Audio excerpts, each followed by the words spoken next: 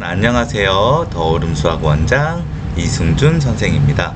자, 오늘은요 중학교 1학년의 중3 과정 선행 과연 늦은 건가요?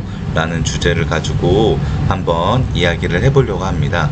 우리는 바야흐로 선행의 시대에 살고 있습니다.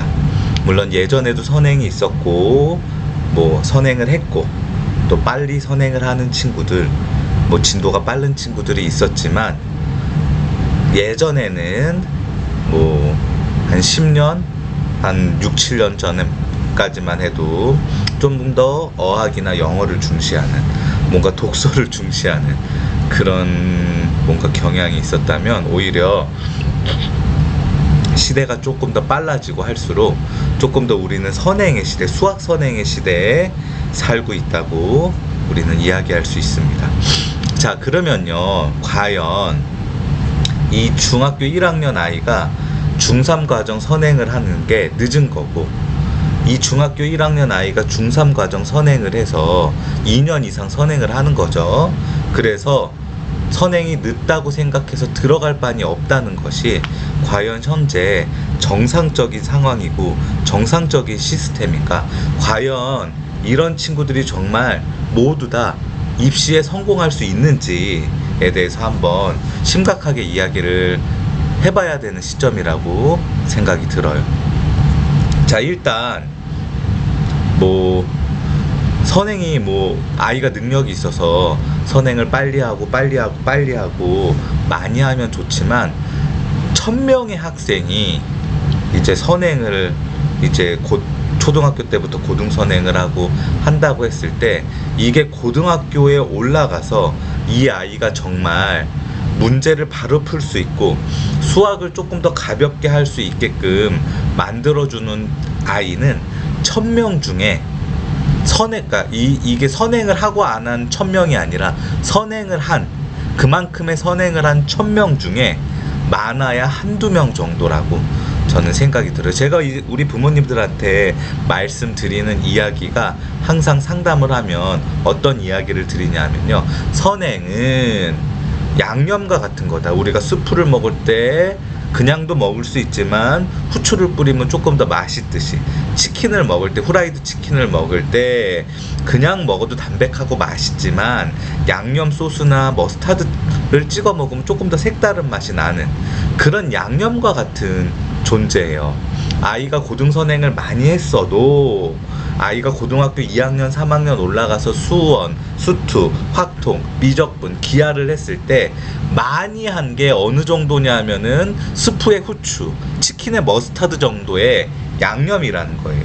아이가 바로 문제를 풀 수 있거나 아이가 개념을 다시 한번 공부하지 않아도 되는 그 정도의 도움이 되는 아이는 선행을 한 1000명 중에서 한두 명 정도밖에 되지 않는다는 거죠.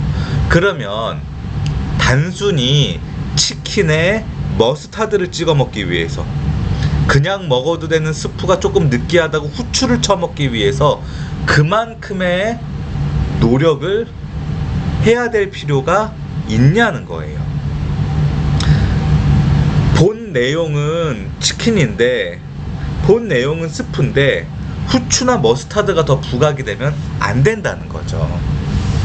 들어갈 반이 없는 학원, 그런 학원도 여러분들이 생각했을 때 과연 이게 좋은 학원인가 라고 한번 생각을 해보셔야 돼요. 저는 초등에서도 유명한 학원, 중등에서도 누적 테스트가 있는 유명한 학원, 다 선생님들도 좋은 학교를 나오시고 다 좋은 학원이죠. 그런 학원을 저격하거나 깔 생각은 전혀 없고요. 하지만 여러분들이 생각하는 것처럼 그 학원을 가야지만 공부를 잘하고 그 학원을 가야지만 아이가 뭔가 이루어지는 거는 아니라는 거예요. 그 학원을 가야지만 뭔가 입시에서, 고등수학에서 깊은 뭔가가 보이는 건 아니라는 거예요. 제가 단적으로 한 가지를 설명을 드릴게요. 여러분, 이제 그 선생님들도 물론 다 훌륭하신 선생님이에요. 하지만 제가 단적으로 어느 정도 단언할 수 있는 건, 그 선생님들은 사실 입시가 뭔지, 수능이 뭔지, 고등 내신이 어떤지 사실 정확하게 잘 몰라요. 왜? 경험해보지 않고 겪어보지 않고 있기 때문에, 그분들이 사람을 만나서 배우고 단순히 그냥 고등학교 그 내용 고등과정을 가르치니까 고등과정을 가르치다가 학교 시험지를 풀어보고 그런 걸로 알 수가 없어요. 우리 부모님들이 어느 정도 착각하는 거예요. 자, 우리가 이렇게 생각하면 돼요. 학교 수학 선생님이 임용고시를 합격해서 이제 임용고시를 합격하게 되면 선택을 하게 돼요. 뭘 선택을 하게 되냐면 내가 중학교로 이제 갈지 고등학교로 갈지 이제 우리가 선택을 합니다. 그러면 우리 다 아시고 있겠지만 중학교로 가는 선생님의 임용고시는 쉽고 고등학교로 가는 선생님의 임용고시는 어렵지 않아요. 다 똑같은 임용고시를 보고 똑같은 전공을 하고 임용고시를 본 거예요. 그런데 중학교에서 한 3, 4년, 5년 정도 계신 선생님이 이제 수학 선생님이 이제 만약에 아이가 고등 선행을 해서 수원, 수투, 미적분, 확통, 기하를 가지고 선생님한테 이제 질문을 드렸을 때 그 선생님이 내용을 모르지는 않지만 조금 복잡한 문제는 바로 풀 수 없어요. 전공을 한 선생님인데도. 왜? 계속해서 많이 접해보고 내신을 하고 연구를 하고 그러지 않았기 때문에. 또 이것도 마찬가지예요. 고등학교에 있는 선생님도 오랫동안 1학년 담임을 맡은 선생님이 갑자기 3학년 담임을 맡아서 이과, 수능, 수학 준비를 시킬 때 부드럽지 않아요. 왜? 많이 풀어보지 않았으니까. 전공을 하고 임용고시를 합격할 만큼 실력이 있는 선생님들도 그렇다는 거예요. 하물며 고등선행을 하지만 전혀 입시와 동떨어지고 내신과 동떨어지게끔 단순히 문제집을 가지고 선행을 진행하시는 그 이제 선생님들이 과연 입시와 수능에 대해서 어머니들이 기대하는 것만큼 얼마나 많이 알고 계실까, 저는 조금 의구심이 들어요. 그런 부분에서 학원을 접근해야 돼요. 이런 부분은 제가 항상 설명드렸을 때 초등에서 좋은 학원, 중등에서 좋은 학원, 이런 부분은 좋아요. 어떤 부분이 좋냐? 잘하는 아이들을 모아놔서 그 아이들끼리 서로 경쟁할 수 있다. 그거는 굉장히 좋아요. 그런데 이것도 냉정하게 보셔야 돼요. 과연 우리 아이가 조금 빨리 발달을 해서 영특하고 잘하긴 하지만 우리 아이가 과연 내가 생각하는 것만큼 그렇게 경쟁을 즐기는 아이인가? 저희 딸은 물론 공부를 잘하지는 못해요. 초등학교 4학년인데 열심히 하지도 않고 잘하지도 못해서 저희 아내가 많이 힘들어하죠. 학원을 보냈는데 일부러 같은 초등학교 영어학원을 보내는데 같은 초등학교에 친구들이 많지 않은 학원에 보냈어요. 그 학원에서도 나름 이제 아주 최고의 레벨은 아니지만 그래도 낮지 않은 중간 이상의 레벨에 있는데 왜 그랬냐?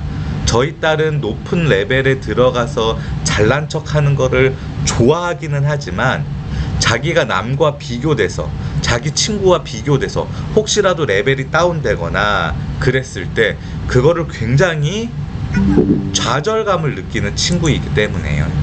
저희는 일부러 같은 학교에 친구들이 많지 않은 학원에 보냈어요. 근데 우리 부모님들이 이런 거를 정확하게 어느 정도 캐치하고 알고 계시느냐는 거죠. 생각보다 우리 부모님들 우리 아이들에 대해서 내가 다 알고 있다고, 잘 알고 있다고 생각하지만 잘 모르시는 경우가 많아요. 여러분, 단적으로요, 뭐만 하나 보면 되냐 하면 학교에서 아이들을 괴롭히거나 왕따를 시키거나 그래서 문제가 돼서 학폭이 열리고 부모님들끼리 서로 다툼이 있고 서로 언성이 높아지는 경우에 보면 100이면 100 가해자의 부모는 다 뭐라고 말하냐 하면 우리 아이가 그런지 몰랐어요 라고 이야기해요. 그냥 단순히 핑계를 대려고 그런 걸까요? 아니요.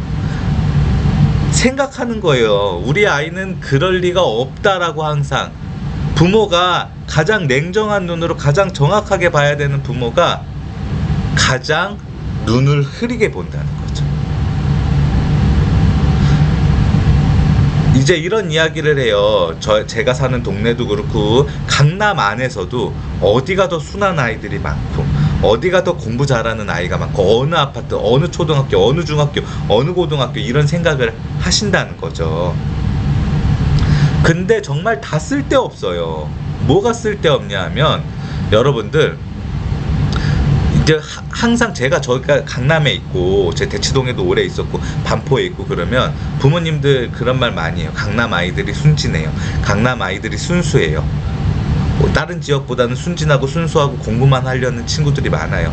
물론 성급한 일반화의 제 말도 그렇고 그분들의 말도 그렇고 성급한 일반화의 오류일 수도 있지만 어느 정도 맞는 말도 있고 틀린 말도 있어요. 그런데 제가 아이들을 이렇게 만나보면요, 강남 아이들이 다른 지역 아이들보다 예의도 훨씬 더 바르고 순진하고 순수하고 때묻지 않은 부분도 있지만 그 반대로요, 그렇지 않은 부분으로 그 반대로 어느 지역에서나 나쁘고 질 안 좋은 아이들이 있어요. 어느 지역에서나 순수하고 예의 바르고 착한 아이들이 있고요. 그러면 다른 지역이라고 나쁜 아이들이 막 50명 중에 10명 있고 뭐 잘 사는 지역이라고 50명 중에 1명 있고 그러지 않는, 비율은 제가 봤을 때 어느 지역에 갔을 때 다 비슷해요.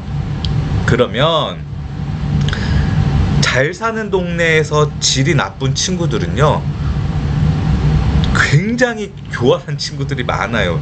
우리 부모님이 생각하는 거 이상으로. 왜 그러냐, 부모님들이 그렇게 키우지는 않으셨겠지만 아이들이 자기의 경제력과 자기 부모의 경제력과 자기 부모의 힘을 알아요. 그래서 그 안에서도 서로 계급을 나누고 어른에게도 돈으로 뭔가를 하려고 하고 딜을 하려고 하고 나를 막을 수 없다라는 거, 힘과 돈으로 어느 정도 해결할 수 있다라는 거, 그런 거에 대한 두려움이 없다 나는. 그거를 누구보다도 빨리 깨우치고 빨리 아는 게 우리 강남 아이들이에요.